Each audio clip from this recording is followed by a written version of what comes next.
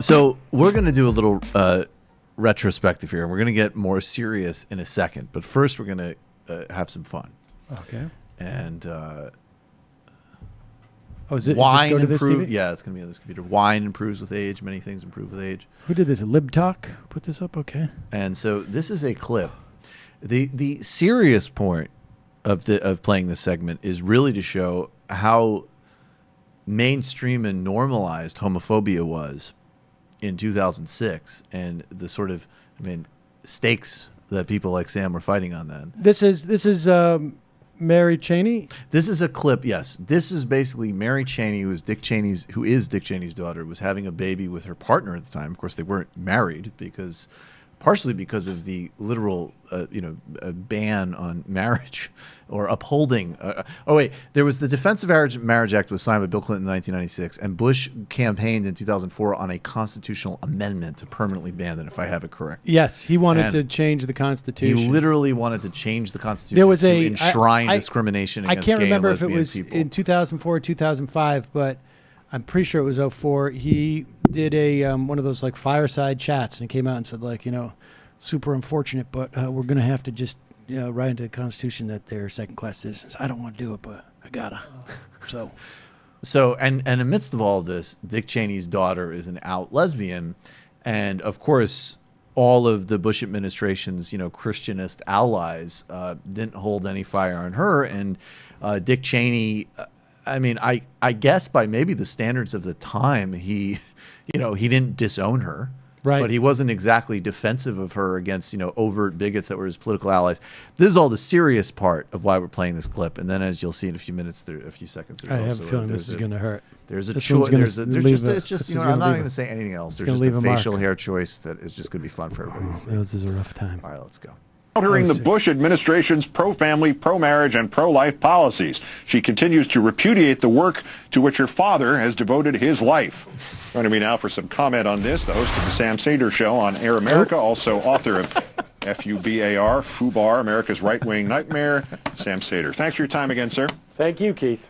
Or is this, Sam, just the opposite of that last remark, that the vice president's work is repudiating his daughter and now the grandchild that he's supposed to love the whole of his life, and what the hell does that say about the supposed superiority of the traditional marriage? Yeah, exactly. For a guy who's willing to shoot his friends in the face, you'd think he'd stick up for his daughter and his future grandchild. It's fascinating to watch these right-wingers' heads implode. My favorite quote is Bob Knight from Concerned Women of America. He says, their child has been conceived with the express purpose of denying it a father. And as a recent father, I can tell you that's a long way to go to put up with the hormones of a pregnant wife. There you go. Yeah. Bada bing! That was such a, I love the lounge lizard, let me tell you. That's right. Wife. That was the cadence at the time. And in my own defense, I was only, let's see, Milo was born, Milo was probably about one at this, one and change. And I was still waiting for the hormones to recede. Thoughts on the goatee? Do you have a defense? Look, we've all made mistakes, and it was in my youth, and it was a youthful indiscretion. I think I didn't want to shave, and I kept trying to figure out. I was on radio, right? And I didn't think there was any chance I would have any future on TV, and I was correct. And so I just didn't care. What other style note? Why didn't you correct Oberman on your last name? Like on air? Well, not on air, but I'm saying, I guess I should say, did that continue, or did word get to him that it was Seder instead of Seder? He definitely changed it to Seder at one point. But, sometimes I think you read in the teleprompter, you just assume. Yeah, no. And I had been on, that could have been fairly early in my going on that program, actually. Now that I think about it. Deep dive archive research I do for this show. Yeah, because I started going on MSNBC, but it was mostly Scarborough country, and I would go on occasionally with Tucker Carlson and Pat Buchanan. Sam Seder's with us now. He's gonna. Yeah, and And so, and you said Buchanan would be like, I want to do an anti-Jew in Israel segment. Get me Buchanan- that Jew Seder who will, he opposes his fellow Jews over there. So get him on there. I never felt more dirty than they would bring me in to talk about Israel. And, I think my criticism probably on cable television of Israel at that time was fairly, it was sort of hard to find that. Oh, yeah. And for Buchanan, it was like, I've got a Jew who's willing to say this stuff on air and wear And Buchanan's like, wear I oppose Sharon because wear a there's tie. Right. And so there was a lot of like, good job, Sam. And I'm like, oh, God. Oh. there's a secret Jew government that runs the global system. And then Sam's like, I have good faith criticism about oppressing Palestinians. Yeah, that's great. Nice tie, No, too. they're brown. Thanks, Jew boy.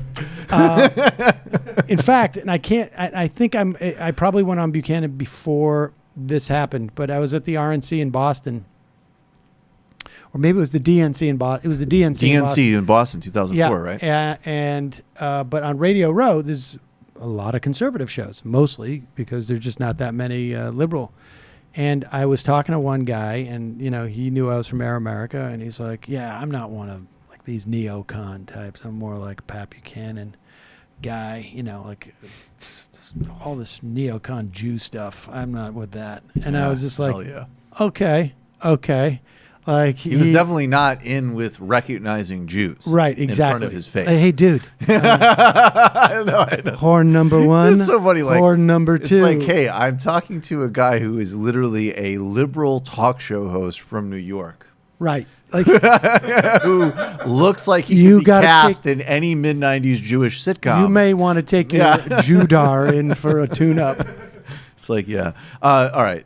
Now, No, but I did say to him, this Yeah, is go why ahead. you're going to lose. Because you can't see us, but we can see you.